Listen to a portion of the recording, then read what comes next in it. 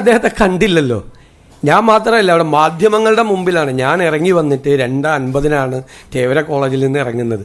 3 മണിക്ക് പ്രധാനമന്ത്രി പങ്കെടുക്കുന്ന മീറ്റിംഗാണ്, റെയിൽവേ സ്റ്റേഷനുകളുടെ ഉദ്ഘാടനം. 2:50 അവിടെ നിന്ന് സ്റ്റാർട്ട് ചെയ്താൽ 3 മണിക്ക് കൃത്യം എത്തുള്ളൂ. ഞാൻ ഏറ്റവും വേഗത്തിൽ, വളരെ വേഗത്തിൽ നടന്ന് വണ്ടിയിൽ കയറി അവിടെ എത്തുകയായിരുന്നു. KSU പ്രസിഡൻറ്റ് കണ്ടു കഴിഞ്ഞാൽ എൻ്റെ ജില്ലക്കാരനായിരുന്നു, എൻ്റെ ജില്ലയിലെ KSU പ്രസിഡൻ്റായിരുന്ന ആളെ കണ്ടിട്ട് ഞാൻ മൈൻഡ് ചെയ്തില്ല എന്നുള്ളൊരു വാർത്ത. ഞാൻ നിൽക്കുന്നൊരു ഫ്രെയിമിൽ അദ്ദേഹം ഉണ്ട്, ഞാൻ പിന്നീടാണ് കാണുന്നത്.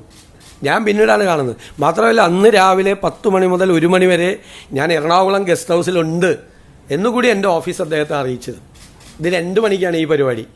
തേവര കോളേജിൽ നടന്ന പരിപാടി 2 മണിക്കാണ്. 10 മണി മുതൽ 1 മണി വരെ ഞാൻ എറണാകുളം ഗസ്റ്റ് ഹൗസിൽ ഉണ്ട് എന്നുകൂടി അവരെ അറിയിച്ചു. അതൊക്കെ തെറ്റായ വാർത്തകളാണ്.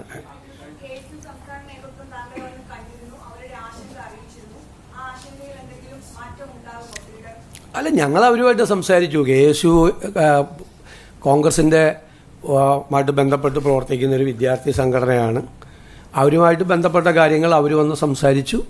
അവർ പറയുന്ന പരാതികൾ ഞങ്ങൾ ശ്രദ്ധയോടുകൂടി കേട്ടു.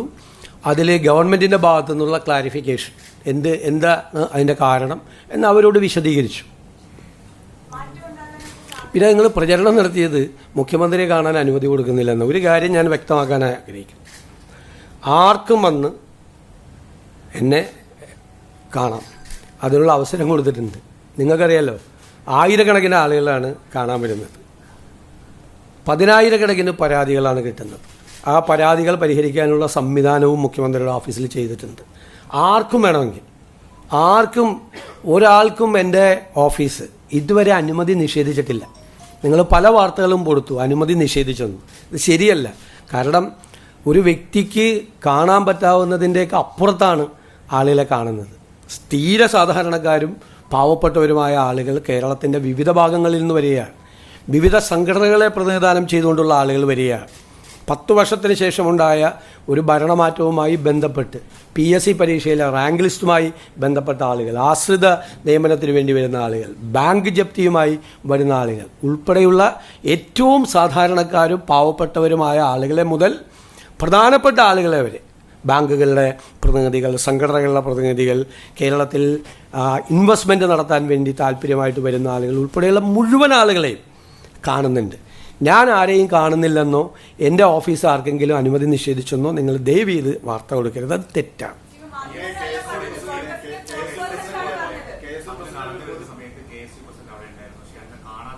ഞാൻ അദ്ദേഹത്തെ കണ്ടില്ലല്ലോ.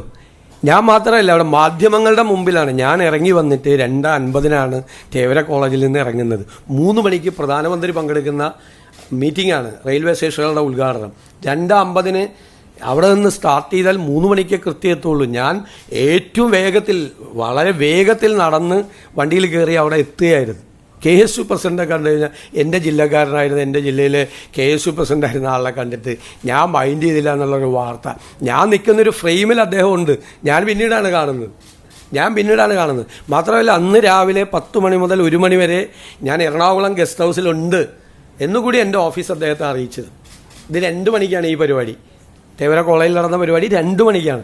10 മണി മുതൽ 1 മണി വരെ ഞാൻ എറണാകുളം ഗസ്റ്റ് ഹൗസിൽ ഉണ്ട് എന്നുകൂടി അവരെ അറിയിച്ചു. അതൊക്കെ തെറ്റായ വാർത്തകളാണ്.